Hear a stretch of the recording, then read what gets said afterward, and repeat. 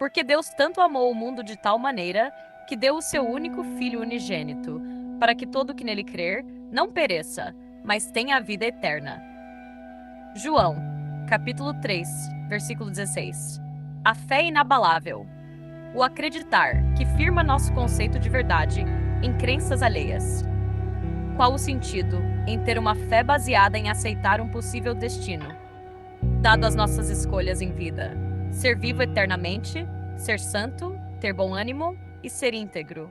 As mais diversas vezes que escolhemos seguir uma figura religiosa, isso pode acabar transformando nossa liberdade e dúvida em uma blasfêmia absoluta. Neste vídeo, tratarei o motivo de não conseguir mais ver fé em nada. Hoje tenho uma fé vazia. Meus olhos não conseguem mais distinguir o real do manipulado. Olá, você está em um canal de opinião. Em toda a história, já houve diversas figuras religiosas. No cristianismo, Jesus, reconhecido como Messias, foi e é adorado como Filho de Deus, aquele que irá salvar a terra do pecado, o que morreu na cruz por nossos pecados, livrando a raça humana de um futuro terrível, escolhendo pagar por nossas escolhas. Mas antes de Jesus, já havia outras figuras, tais como as que irei apontar neste vídeo. Pesquisei bastante, estudei muito sobre esse assunto, para poder dar o meu ponto de vista. Cristão há alguns anos, hoje lhes trago minha fé. Siddhartha Gautama, o Buda, foi um príncipe do Nepal que renunciou ao seu trono, buscando erradicar o sofrimento. Chegando a um ponto de iluminação, viveu no século 6 e 5 a.C.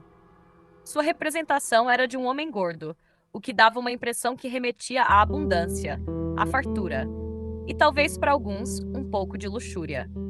Mas vivia como um mendigo. Ele buscava salvação e encontrar sua paz absoluta, desistindo de viver como um mero homem e disposto a alcançar a maior luminosidade humana, dado antes do próprio Jesus Cristo. Algumas características remetem semelhanças entre ambos: suas motivações, suas decisões, seu modo de viver. Mas isso é de fato uma prova de que Jesus poderia ser apenas uma figura histórica? Ou, quem dirá, apenas um conto sensacionalista da igreja? Baseado apenas em conter toda uma população, baseada em sua fé e comprometimento com uma causa? Enfim, isso é um ponto a ser analisado. Abu Abdallah Maomé, um líder religioso da cultura islâmica, nascido no século XI. Um rapaz que vivia na pobreza, filho de um encarregado de acender lamparinas. Nas citadas fontes mais antigas, o mais recente profeta de Deus unificou várias culturas árabes, citando ser enviado por Deus para estabelecer uma restauração aos ensinamentos originais dos profetas da época.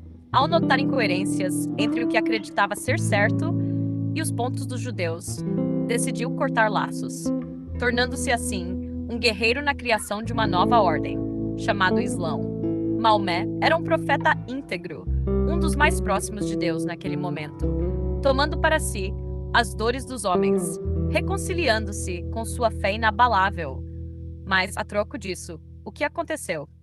Ele foi visto como herói ou como inimigo? Isso só demonstra, mais uma vez, outra figura religiosa histórica que não sabemos, de fato, o que aconteceu. Se Deus tem autonomia para falar através dos homens, e os homens são falhos, qual o sentido de acreditar em uma mensagem com possíveis interesses mútuos? E não apenas na verdade absoluta de Deus. Como basear a sua fé em uma frase de efeito escrita em uma rocha na esquina? Quem terá dito aquilo? Um assassino? Um ladrão? O que lhe dá certeza de que tudo aquilo é de fato a verdade? Uma fé baseada apenas em fé. Se sim, esse seria o ápice da ignorância humana. Krishna, do hinduísmo. O oitavo avatar. O deus mais cultuado na Índia, sua figura, dada a um pastor tocando uma flauta, é bem peculiar. Uma criança matadora de demônios, conhecido como príncipe guerreiro. Seu nascimento foi dado sem um ato de união sexual, mas sim de uma transmissão mental, dada no ventre de sua mãe. O que isso te faz lembrar? Lembra algum conto cristão? Talvez, né? Ele é um ser eterno, sem nascimento nem morte, que adotou uma manifestação temporária na Terra, para poder agraciar seus devotos e aniquilar os demônios, mas que, simultaneamente, está presente eternamente em seu planeta espiritual. De qualquer forma, isso remete diversas outras histórias religiosas. De fato, é uma coisa difícil de se pensar. Mas será que não estamos apenas nos deixando levar por escolhas impostas a nós? O que seria de uma criança nascida fora da civilização, que não conheceu a Cristo? Ela morreria em pecado, sem conhecer a verdade, ela seria poupada. E quantas pessoas que já se foram, elas viveram uma vida de mentira, acreditando em algo irreal, se baseando apenas no medo de não ir para o inferno? Se é que de fato existe um inferno. Vê só? São perguntas atrás de perguntas. Todas elas sem respostas. Se de algum modo há respostas, são todas mediante a fé absoluta. O mundo que vivemos é uma eterna bagunça. Nada consegue curar essa terra amaldiçoada. Ela se degradará cada vez mais, até o fim de toda a vida. E depois disso tudo, existirá algo em que acreditar. Eu torço que sim, o bom ânimo e o amor ao próximo ajudam este mundo a ser um pouco menos pior do que realmente é. As atrocidades humanas pintam um retrato eterno de desgosto em nossa alma, nosso coração se contorce, nosso cérebro tenta entender. Mas nada mudará. A angústia que vivemos todos os dias, de um dia poder ter fé, de fato, em algo, ou de seguir uma rota segura que irá livrar nossas dores. Portanto, qual o sentido de escolher uma religião? Qual o sentido de ter um líder destacado em uma imagem? Se você realmente acredita em algo, apenas você sabe.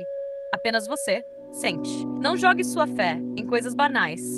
Preze e zele sua integridade nas coisas boas de verdade. Seja belo como os anjos. Faça a diferença nesta terra vazia e nunca rebele seu coração contra aquilo que você sabe que é concreto. Que a paz de Deus esteja com todos.